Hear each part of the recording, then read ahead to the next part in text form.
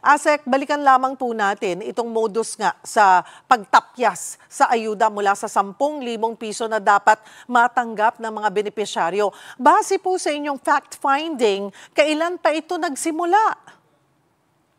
Wala, Ms. Cheryl, batay nga doon sa isinagawang fact-finding investigation ng DSWD, merong ditong buwan ng Nobyembre na kung saan nga po nagsagawa kami ng 3 payout activities ay nangyari itong pagkaltas nga noong halaga na natanggap ng ating pong mga beneficiaries under the Assistance to Individuals in Crisis Situation.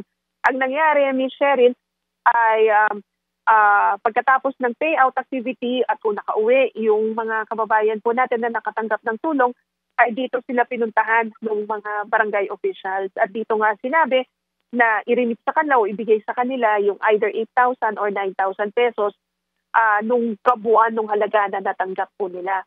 So, hindi natin alam kung kailan pa ito nag-umpisa, but based on the report that we have gathered, dito po sa 3 payout sites na ito na-identify. Dahil yung mga complainants, yung po mga individual na nakausap natin, ay ito yung mga na-identify na instances. But alam mo, Ms. Cheryl, meron din kasing mga ganyang pangyayari na naganap. In fact, sa may Davao region, nung nakarang taon, na kung matatandaan natin, yung buntis na nanay ay nakaltasan din nung halaga na natanggap niya nung siya ay nakauwi sa kanyang pong bahay after receiving the aid. So, may maganda talaga mga instances and we're very much firm in ensuring na mabigyan ng karapatang aksyon yung ganito pong mga pangyayari. Ano po ang mga posisyon ng mga opisyal na sangkot? May organisadong grupo rin ba sa likod nito? Well, batay doon sa mga complaints ng mga kababayan natin, meron pong mga barangay chairman, barangay kagawad, at iba pang mga barangay officials.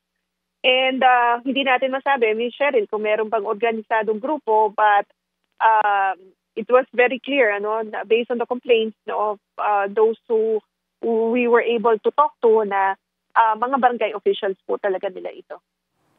Gaano karaming beneficiaries po ang nagreklamo? Ano po ang binibigay na proteksyon sa kanila ng DSWD? Well, initially, meron po tayong 14 na barangay officials na kinomplain of. Sila yung subject ng ating pong i-file na kaso sa Ombudsman ngayong umaga.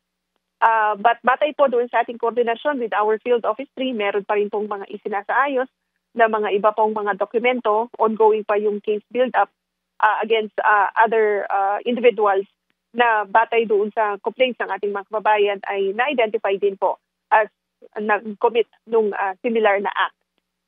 But again, as we've said, initial pa lang po itong 14 na na-file po natin ngayong umaga. Now, in terms of providing protection to our, yung po mga individual na nakausap po natin, yan po ay tinitiyak ng DSWD. We've coordinated with the local government unit para matiyak na sila ay mabigyan ng kaukulang proteksyon.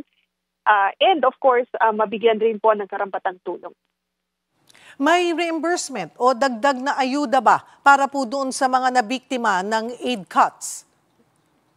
Yeah, alam mo, Ms. Cheryl, di ba, sobra na silang nabiktima na sila ng first na incident na naranasan nila, kaya natin sila binigyan ng tulong under the AICS, and then ito yung nangyari pa sa kanila. So, our field office personnel, particularly mga social workers, kinausap na po sila, rini-assess so that mabigyan ng tulong po muli.